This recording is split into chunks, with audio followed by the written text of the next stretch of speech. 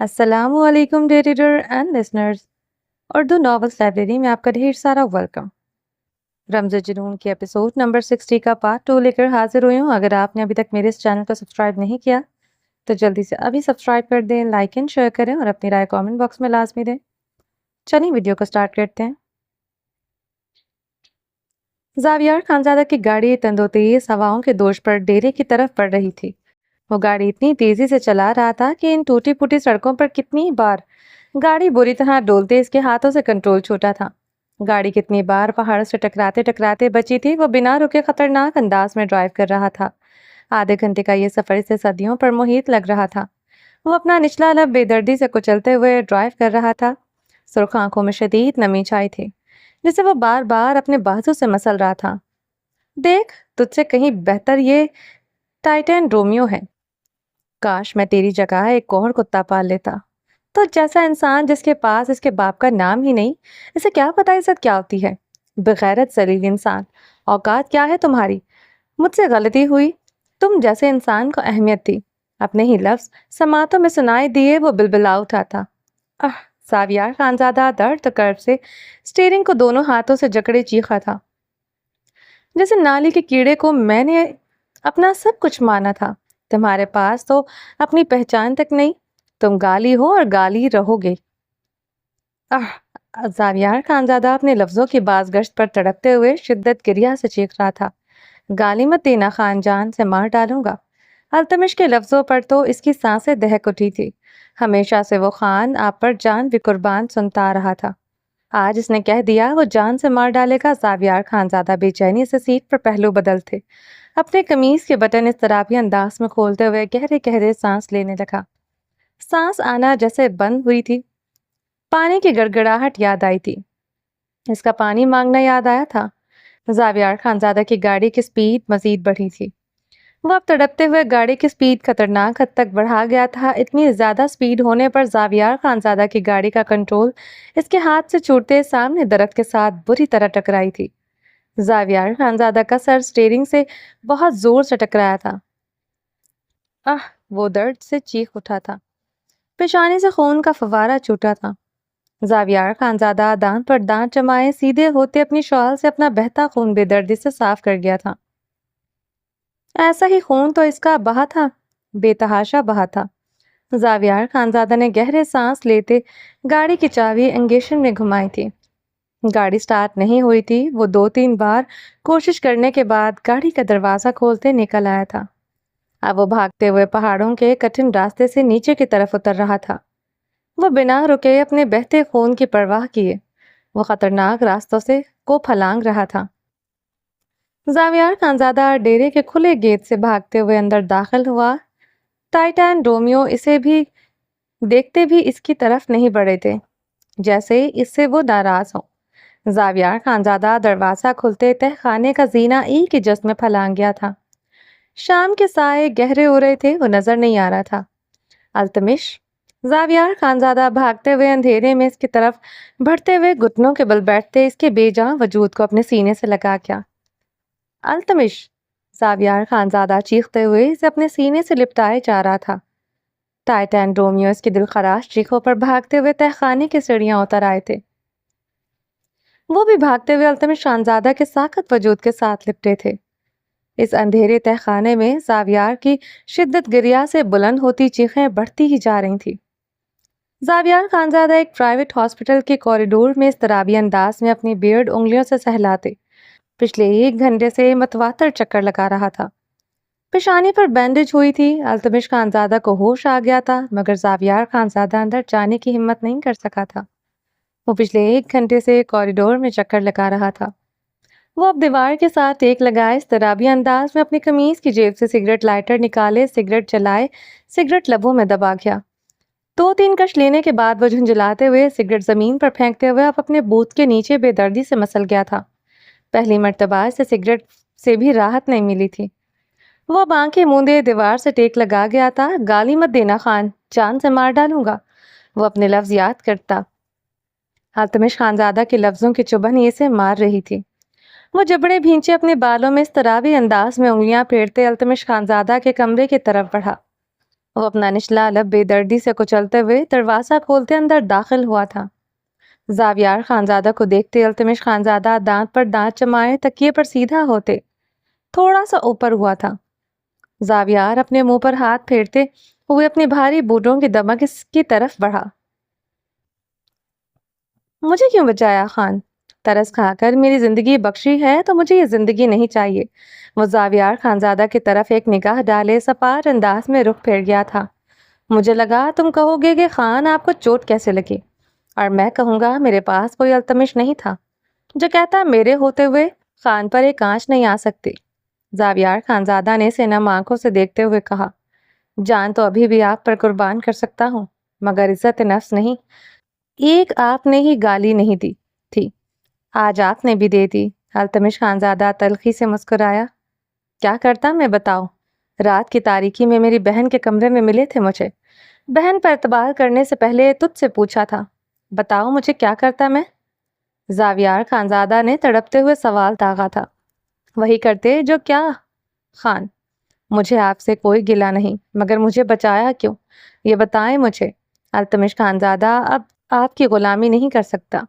التمش خانزادہ بنا باپ کے بھی ساری عمر سر اٹھا کر جیا ہے، عزت نفس پر سمجھوتا نہیں کیا۔ یہ نظریں آپ کے سامنے آپ کی حیثیت سے نہیں جھکی تھی بلکہ آپ کی محبت میں جھکی تھی۔ آپ نہ جانے کیا سمجھے۔ وہ تکیے پر سر پٹکتے سزائیاں ہنسا تھا۔ مجھے چھوڑ کر جاؤ گے، اپنے خان کو چھوڑ کر جاؤ گے؟ جان سے مار ڈالوں گا اگر تم مجھے چھوڑنے کی بات بھی کی تو۔ زاویار خانزادے کی جست میں آگے بڑھتے گردن کی پھولتی رگوں کے ساتھ اپنی قمیض سے پسٹل نکالتے التمش خانزادہ کی بینڈ سے جگڑی پیشانی پر رکھ گیا تھا۔ کتا پال لیجیے گا خان، وہ بھی التمش سے زیادہ وفادار نکلے گا۔ التمش زاویار خانزادہ کی سرخ آنکھوں میں اپنی نم آنکھیں گاڑ کیا۔ تیرے جیسی وفا کہاں سے لاؤں گا، کہاں سے لاؤں گا التمش خانزادہ جس کے ہوتے ہوئے کوئی میری طرف آنکھ اٹھا کر نہیں دیکھ سکتا۔ تو نہیں تھا، دیکھ میری کیا حالت ہوئی۔ اپنے خان کو چھوڑنے کی بات کرتا ہے، مجھے چھوڑنے کی بات کرتا ہے۔ خدا قسم تیرا وجود گولیوں سے چھلنی کر دوں گا۔ مجھے چھوڑنے کی بات بھی کی۔ زاویار خانزادہ گراتے ہوئے اس کی زخمی پیشانی پر پسٹل کی نوک کا دباؤ بڑھاتے ہی جا رہا تھا۔ گالی مت دینا خان، بے شک یہ جان لے لینا۔ التمش خانزادہ کی آنکھوں سے آنسو بہتے اس کی گالوں پر بہے تھے۔ ارتضیٰ خان کو کھو چکا ہوں، تجھے نہیں کھو سکتا۔ ارتضیٰ کی جگہ ہی تجھے سمجھا ہے، وہ بھی یہ حرکت کرتا ہے، اسے بھی ایسے مارتا۔ زاویار خانزادہ نے اس کی آنکھوں میں اپنی نم سرخ آنکھیں گاڑتے اپنے لفظوں پر زور دیا تھا۔ جان سے مار ڈالتے خان، وہ صبح تھا، دل کا درد چین نہیں لے رہا، وہ صحیح تھا، دل کا درد چین نہیں لینے دے رہا تھا۔ اس انسان سے گالی کھا کر جس میں اپنا سب کچھ مانتا تھا۔ التمش زاویار خانزادہ کی آنکھوں میں زخمی نگاہوں سے دیکھتے تکیے پر سر پٹکتے دل پر ہاتھ رکھے ہنسا تھا۔ مانتے تھے؟ زاویار خانزادہ اس کے لفظ زخمی سے لہجے میں دہراتے اپنے پسٹل کی پیشانی سے ہٹا گیا تھا۔ التمش خانزادہ اسی لمحے اپنی آنکھیں مون گیا تھا مگر بند آنکھوں سے آنسو بہے تھے۔ زاویار خانزادہ لب پھینچے اسے صرف نمزدہ آنکھوں سے دیکھ رہا تھا، وہ اپنی آنکھیں موندے ہوئے تھا۔ زاویار خانزادہ پسٹل اپنی قمیض کی جیب میں ڈالتے ہوئے لمبے لمبے ڈاگ بھرتا دروازے کی طرف بڑھا تھا۔ جانا چاہتے ہیں تو چلا جا، نہیں روکوں گا تجھے۔ سردار زاویار خانزادہ نام ہے میرا، ہاتھ نہیں پھیلایا کبھی کسی کے آگے، نہ پھیلاؤں گا، مگر جاتے ہوئے اگر ہو سکا تو میری بات کا جواب دے کر جانا۔ میری جگہ اگر تو ہوتا تو کیا کرتا؟ کیوں نظریں جھکائیں تو نے؟ کیوں نہیں بتایا کہ تو میری عزت پر ہاتھ ڈالنے نہیں بلکہ بچا کر لایا تھا؟ زاویار خانزادہ سرد سپاٹ انداز میں کہتے دروازہ کھولتے چلا گیا تھا۔ التمش خانزادہ آنکھیں کھولتے گہرے سانس لیتے لب دانتوں تلے دبائے اپنی کلائی میں لگی ڈرپ بے دردی سے کھینچ کر اتار گیا۔ جان لے لیتے خان، گالی کیوں دی؟ وہ تکیے پر سر پٹکتے چیخا تھا۔ دروازے کے باہر دیوار کے ساتھ کھڑا زاویار خانزادہ جو اپنی پسٹل کی نوک اپنی پیشانی پر ٹکائے اپنے وجود کی ظاہر ہوتی رگوں کے ساتھ گہرے سانس لے رہا تھا۔ التمش کی چیخ سنتے وہ اضطرابی انداز میں تڑپتے ہوئے اپنا نچلا لب بے دردی سے کچلتے ہوئے تیز تیز قدموں سے باہر کی جانب بڑھ گیا تھا۔ زاویار نے اپنی گاڑی میں بیٹھتے گاڑی سٹارٹ کرتے اسے حویلی کے راستے ڈالی۔ جان لے لیتے، گالی کیوں دی؟ التمش کے لفظ یاد کرتے وہ چیختے ہوئے اسٹیئرنگ پر مکے مارتا جا رہا تھا۔ زری خانزادہ زرنیشا اشمان شاہ کے آفس میں اس کے سامنے ٹیبل پر بیٹھے ہوئے تھا۔ زنیشا ارشمان شاہ سیاہ بیل باٹم پینٹ پر سیاہ سلیو لیس شرٹ سیاہ بلیزر پہنے ہوئے تھی۔ اس کے خوبصورت ہلکے کرل زدہ سلکی بال کھلے تھے، وہ کان میں صرف ایک ہی اسٹائلش سا ایئرنگ پہنے ہوئی تھی۔ ریڈ لپسٹک لگائے وہ پورے اعتمادی سے آفس کی چیئر پر بیٹھی۔ زری خانزادہ اور اس کا بزنس پارٹنر لوکس زنیشا شاہ کے سامنے بیٹھے تھے۔ زری خانزادہ بے چینی سے کرسی پر پہلو بدل رہا تھا۔ وہ سامنے بیٹھی بالکل اجنبیت برت رہی تھی، ایسے شو کروا رہی تھی وہ اسے جانتی ہی نہیں۔ وہ اس دن کے بعد اس کے سامنے آفس میں بیٹھا تھا۔ زنیشا ارشمان شاہ نے اسے دیکھ کر کوئی خاص رسپانس نہیں دیا تھا۔ وہ یوں بیہیو کر رہی تھی جیسے اسے پہلے کبھی دیکھا ہی نہ ہو۔ مقابل کے انداز سے بے حد تکلیف دے رہے تھے، وہ بمشکل ہی برداشت کر رہا تھا۔ زری خانزادہ سیاہ ڈریس پینٹ پر آف وائٹ شرٹ پہنے ہوئے تھا، جس کے آستین وہ کوہنیوں تک فولڈ کیے ہوئے تھا، جس پر آف وائٹ لانگ لائننگ میں ٹائی لگائے ہوئے تھا۔ بڑھی ہوئی بیئرڈ چہرے پر ہلکے زخموں کے ساتھ پہلے سے بڑھ کر وجہ شاندار لگ رہا ہے، پر مزید دہک کر انار ہوا تھا۔ وہ دانت پر دانت جمائے خاموشی سے اسے صرف چلتی آنکھوں سے دیکھے گیا۔ وہ یاد آیا مسز زری خانزادہ۔ زنیشا زری خانزادہ کی آنکھوں میں بڑھتی سرخی دیکھ کر ایک اداس سے ہنسی تھی۔ زری خانزادہ کی شاندار ایکٹنگ پر لب بھینچے، اپنے دونوں بازو ٹیبل پر رکھتے کرسی پر آگے کو ہوا۔ اب وہ بھی جواباً سے استزاحیہ مسکراتی نگاہوں سے دیکھ رہا تھا۔ یہ جو ابھی آپ نے کہا برائے مہربانی یہ انگریزی میں مسٹر لوکس سے کہیں میں جاننا چاہوں گی، یہ لفنگوں کی لینگویج امریکن ایسنٹ میں کیسی لگتی ہے؟ زنیشا آگے کو ہوتے اسے جتاتی نگاہوں سے دیکھتے تنزیہ مسکرائی تھی۔ ہے idiot, say ma'am. Zanisha, not Mrs. Zeeni. Zari Khanzada Zanisha Shah کو سرخ آنکھوں سے دیکھتے لوکس کی طرف جھکتے ہوئے اس کی آنکھوں میں آنکھیں گاڑے دانت پر دانت جمائے بولا تھا، What's wrong with you, زری؟ Are you in your senses؟ Locus نے سرخ چہرے کے ساتھ زری خانزادہ کو ناگواری سے دیکھا تھا۔ میں سینسز میں ہوں، مگر تو سینسز میں نہیں ہے، کیونکہ تجھ جیسے مرد اپنے سامنے خوبصورت لڑکی کو دیکھتے ہی اوقات سے باہر ہو جاتے ہیں۔ زری خانزادہ مزید بھڑکا تھا، اس کا زنیشا شاہ کی انگلی کو چھونا برداشت نہیں کر سکا تھا۔ مسٹر زری خانزادہ، زنیشا نے اسے سرد لہجے میں تنبیہی پکارا تھا۔ I'm in my senses, but you are not, because seeing a beautiful girl in front of you, someone like out of time۔ یہ بھی انگریزی میں بول دیتا ہوں، میم۔ زری خانزادہ اپنا ہاتھ اٹھاتے زنیشا کو مزید کچھ بولنے سے روکتے۔ لوکس سے کچھ مخاطب ہوا تھا، نگاہیں وہ زنیشا پر ہی گاڑے ہوئے تھا۔ You have lost your mind؟ Locus غصے سے بولتے کرسی سے کھڑا ہوا تھا۔ Please have a seat, Mr. لوکس۔ زنیشا ارشمان شاہ جلدی سے کرسی سے کھڑی ہوئی تھی۔ I want to work with you, not with him. I'd like to think over discuss a potential partnership with زرک۔ میں آپ کے ساتھ کام کرنا چاہوں گا، ان کے ساتھ میں نہیں، زرک کے ساتھ آپ اپنے پارٹنرشپ پر سوچ و بچار کرنا چاہتا ہوں، لوکس سنجیدگی سے کہتے دروازے کی طرف بڑھا۔ مسٹر لوکس، زنیشا شاہ جلدی سے اس کی طرف بڑھی تھی۔ ابھی چل نکل، میں کون سا تیرے ساتھ یہ پارٹنرشپ رکھنا چاہتا ہوں؟ زری خانزادہ زنیشا شاہ کو لوکس کے پیچھے بڑھتے دیکھتے بڑبڑ چلتے بولا تھا۔ زنیشا دروازہ کھولتے لوکس کو پکارتے نکل گئی تھی۔ زری خانزادہ آفس کے گلاس ڈور سے زنیشا کو لوکس کے پیچھے بڑھتے دیکھتے بمشکل خود پر قابو پائے ہوئے تھا۔ وہ چیختے ہوئے اپنے دونوں ہاتھ ٹیبل پر مارتے ہوئے اپنی سرخ آنکھیں سامنے دیوار پر گاڑ کیا تھا۔ وہ زنیشا ارشمان شاہ کے لیے دن بدن پاگل ہوتا جا رہا تھا، وہ اس کی رگوں میں خون کی طرح دوڑنے لگی تھی۔ اس پر اب وہ بادلوں کا سایہ برداشت نہیں کر سکتا تھا، کسی مرد کی پرچھائی تو بہت دور کی بات تھی۔ زنیشا ارشمان شاہ آفس کا دروازہ کھولتے اندر داخل ہوتے زری خانزادہ کو دیکھتے مسکراتے ہوئے رک چکی تھی۔ وہ ٹیبل پر دونوں ہاتھ جمائے تھوڑا جھکے پورے وجود کی رگوں کے ساتھ غیر مرئی نقطے پر اپنی سرخ آنکھیں جمائے ہوئے تھا۔ زری خانزادہ، یہ تو کچھ نہیں، آہستہ آہستہ میں تم سے تمہارا سب کچھ چھین لوں گی۔ آج پارٹنرشپ چھوٹی، اگلی بار تو تمہاری سانسوں پر اپنی ہائی ہیل رکھنے کا ارادہ ہے۔ زنیشا مسکراتی ہوئے زرک کی طرف بڑھی تھی۔ چاہتے کیا ہے مسٹر زری خانزادہ؟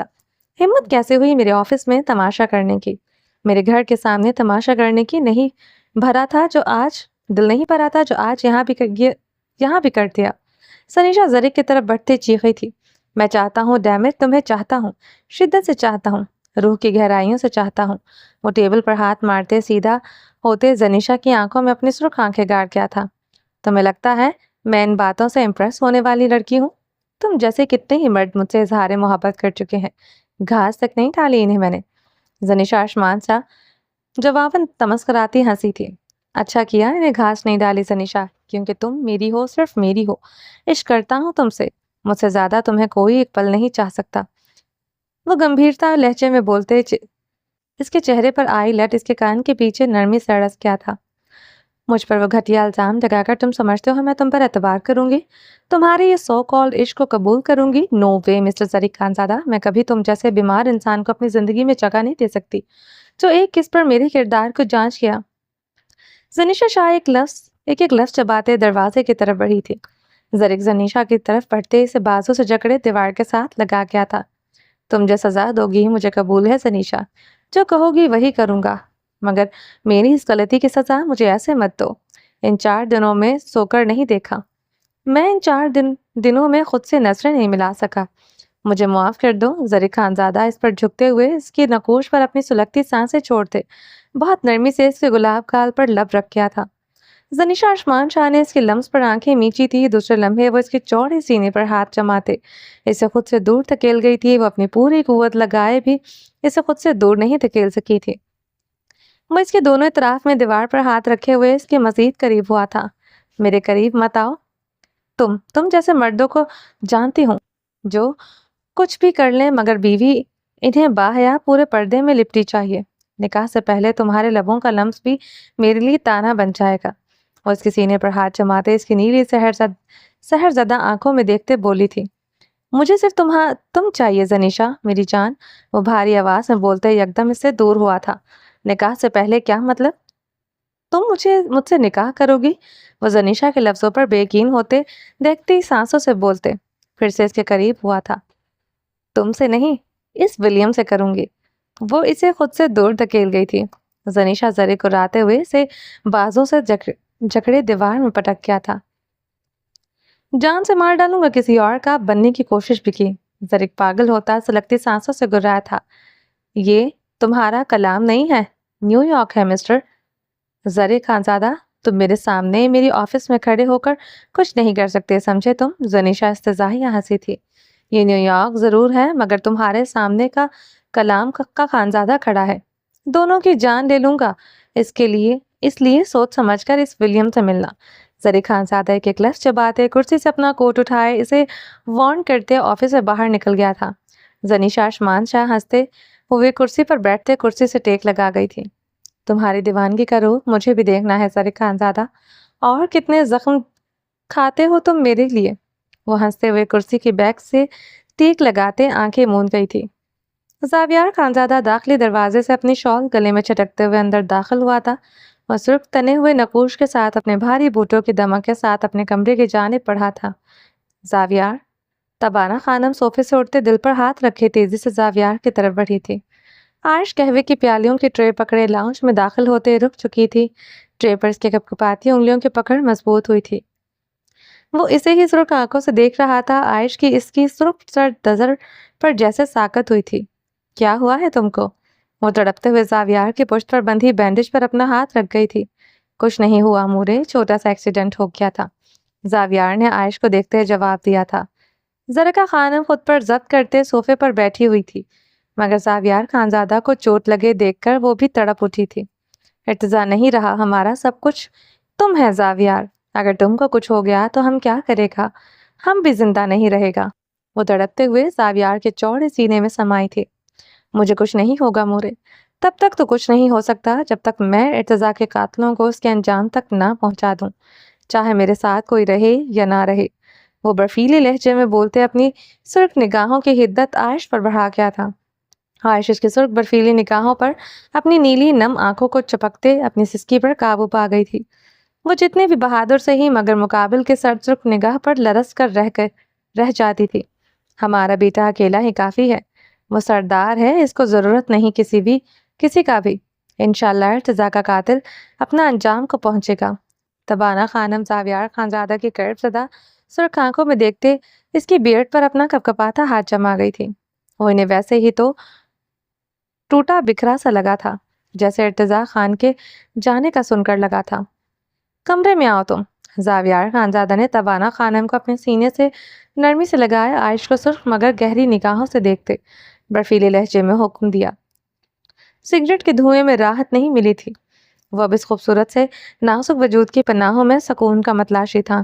التمش خانزادہ اسے چھوڑ کر جا رہا تھا۔ اس کا پتھر دل جیسے چور چور ہو رہا تھا۔ دل میں وہی درد اٹھا جو ارتضیٰ کو کھونے کے بعد ہوا تھا۔ زاویار کے حکم پر عائش کے کپکپاتے ہاتھوں سے ٹرے چھوٹ کر زمین پر چکنا چور ہوئی تھی۔ وہ چیختے ہوئے کئی قدم پیچھے ہوئی تھی۔ زرکا خانم عائش کو گھورتے ہوئے صوفے سے اٹھی تھی۔ زاویار خانزادہ کے سرد نگاہوں سے دیکھنے پر وہ لب بھینچے واپس صوفے پر بیٹھ گئی تھی۔ زاویار خانزادہ تبانہ خانم کو نرمی سے خود سے الگ کرتے اپنے کمرے کی جانب بڑھا۔ عائش جھکتے ہوئے کانپتے ہاتھوں سے کانچ اٹھانے لگی۔ سنا نہیں کیا کہا میں نے؟ وہ اسے کانچ اٹھاتے دیکھتے دہاڑ اٹھا تھا۔ وہ اس کی دہاڑ پر اسی لمحے زمین سے اٹھتے بھاگتے ہوئے کمرے کی طرف بڑھی تھی۔ نگینہ، یہ فرش صاف کرو آ کر۔ تبانہ خانم اپنی بھیگی آنکھیں رگڑتے ہوئے نگینہ کو پکارتے صوفے پر بیٹھی تھی۔ تمہارا بیٹا کو اب ماں کا آغوش نہیں، اپنا بیوی کا قربت چاہیے۔ اس حالت میں بھی تم اسے نہیں چھوڑتا۔ زرکا خانم کی بات پر تبانہ خانم خاموش ہوئی تھی۔ زرکا خانم ان کے جیٹھ درمان خان کی بیوی تھی۔ وہ شادی کے چند سالوں بعد ہی ایک کار ایکسیڈنٹ میں جاں بحق ہوئے تھے، اس لیے ان کے سسر نے زرکا خانم کی شادی ان کے چھوٹے تبریز خان سے کر دی تھی۔ زرک اور مرینا خان تبریز خان سے ہوئے تھے۔ وہ ان کی بے حد عزت کرتی تھی، انہیں بڑی جٹھانی کی طرح ہی مانتی تھی۔ انہوں نے بھی اسے دیورانی کی طرح ہی پیار دیا تھا جب تک وہ درمان کی بیوہ کے طور پر یہاں رہی۔ ان کے بچوں کو انہوں نے ہی پالا تھا، بعد میں بھی وہی پالتی رہی تھی۔ صرف زاویار کو تبانہ خانم نے دیکھا تھا۔ زمر ارتضیٰ ان کے ہاتھوں میں ہی بڑے ہوئے تھے۔ تبانہ خانم بنا کوئی جواب دیے خاموشی سے اپنی آنکھیں چادر سے رگڑتے ہوئے اپنے کمرے کی طرف بڑھ گئی تھی۔ زاویار 2 دن سے ان کے ساتھ کافی سرد تھا۔ زاویار کے سرد مہری انہیں نڈھال سے کر گئی تھی۔ عائش دروازہ کھولتے کمرے میں داخل ہوئی تھی۔ زاویار خانزادہ صوفے پر ٹانگیں دراز کرتے صوفے کے بازو پر سر رکھے سگریٹ لبوں میں دبائے ہوئے تھا۔ لائٹر لے کر میرے پاس آؤ۔ زاویار خانزادہ نے سگریٹ لبوں سے نکالتے چھت پر انگلی اپنی نگاہیں گاڑے حکم دیا۔ عائش ڈریسنگ ٹیبل پر لائٹر اٹھائے زاویار کی طرف بڑھی۔ وہ اس کے پاس آ کر لائٹر اس کی طرف بڑھا گئی تھی۔ پاس آنے کو بھی کہا تھا۔ وہ اس پر سرد نگاہ ڈالتے اسے کلائی سے جکڑے اپنی طرف کھینچتے اپنے پہلو میں بٹھا گیا تھا۔ سگریٹ جلاؤ، دیکھنا چاہتا ہوں آج یہ سگریٹ راحت دیتا ہے یا تمہارے یہ گلابی ہونٹوں میں تاثیر زیادہ ہے، تمہاری مہکی سانسوں میں زیادہ اثر ہے، یا سگریٹ کے زہریلے دھوئیں میں۔ زاویار خانزادہ اس کے وجود سے شال اتارتے ہوئے بیڈ پر اچھالتے اسے شانوں سے جکڑے اپنے قریب کر گیا تھا۔